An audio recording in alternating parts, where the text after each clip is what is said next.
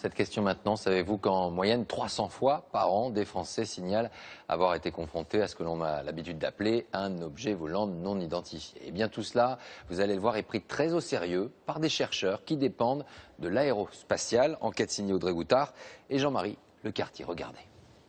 Bonjour monsieur, c'est le GIPAN à l'appareil. Vous nous avez laissé un message il y a quelque temps concernant une observation.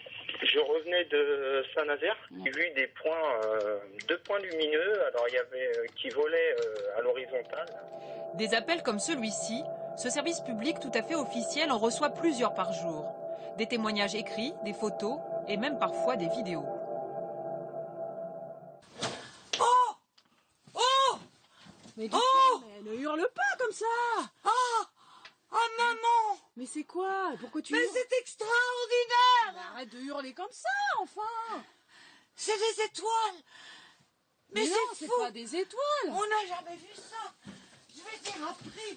Mais il faut surtout appeler, il faut appeler je sais pas quoi, là! Ces témoignages sont étudiés avec le plus grand sérieux et pour cela, les chercheurs se font enquêteurs. Ce jour-là, l'homme qu'ils viennent entendre est un ancien fonctionnaire du ministère de l'Intérieur. Il préfère rester anonyme, se décrit comme un esprit rationnel, et pourtant l'expérience qu'il a vécue ne l'est pas. Et en fait, il est venu juste au-dessus de moi. D'accord. Donc j'ai très bien vu cette sphère, parce que c'est réellement une sphère. Et là, je me suis senti observé, et là, je suis rentré. Je suis entré dans la véranda. Son aventure aura duré une dizaine de minutes. Son entretien avec le chercheur, plus de 2 heures. Ce dernier demande aux témoins de lui décrire par le menu cet engin qui a survolé son jardin une nuit d'été. C'est une expérience qui est bizarre. Dans quel sens? Vous avez un peu honte? Non, du tout, du tout. Non, c'est pas courant quand même. Puis je pense que si vous racontez ça à quelqu'un, est-ce qu'on va vous croire? On n'est jamais préparé à quelque chose qui vient dans votre vie d'un seul coup, entre guillemets, déchirer vos conceptions. Après avoir pris des notes, les 2 enquêteurs tentent de retracer le déplacement de l'objet volant dans le ciel. À aucun moment, au cours de la rencontre, ils ne mettent en doute le récit extraordinaire de leurs témoins. On voit passer toutes les couleurs, hein, donc il n'est pas beaucoup plus, ni beaucoup moins étrange que le nombre de témoignages qu'on traite. Hein. De retour au centre, les chercheurs modélisent sur ordinateur les déplacements de l'OVNI. L'idée est de tenter de d'autres témoins. Une première étape pour une enquête qui peut durer des années.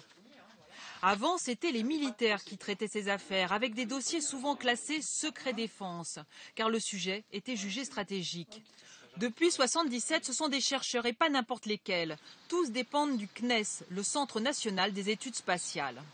C'est ici que sont conçus et contrôlés les satellites français. C'est ici aussi que des ingénieurs participent à l'exploration martienne. Qui ne s'est pas un jour demandé en observant un ciel étoilé si une autre vie existait là-haut? Et si oui, viennent-ils parfois nous rendre visite? Dans la majorité des cas signalés, il n'y a pas d'extraterrestres. Mais dans 2% des dossiers, les chercheurs ne trouvent pas d'explication.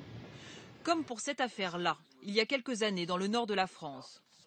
Il y avait ce couple qui était dans la voiture, qui traverse, on s'en va, on se tire. Et plus tard dans la journée, un autre témoin. Des gens qui ne se connaissent pas, situés à des endroits différents, voient dans le ciel cette chose-là.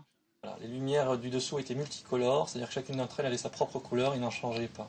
Avant de transférer le cas au GEPAN, l'enquêteur de la gendarmerie qui a traité l'affaire a cette conclusion. Les investigations menées n'ont pas permis de trouver une explication rationnelle au phénomène.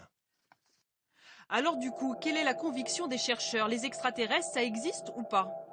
Je ne vais pas dire que j'y crois, je vais dire que je laisse la porte ouverte, c'est-à-dire que je pense que ça fait partie des possibilités. Et tout cela sûr, aucune information qui prouverait une présence extraterrestre sur notre Terre n'est cachée au grand public.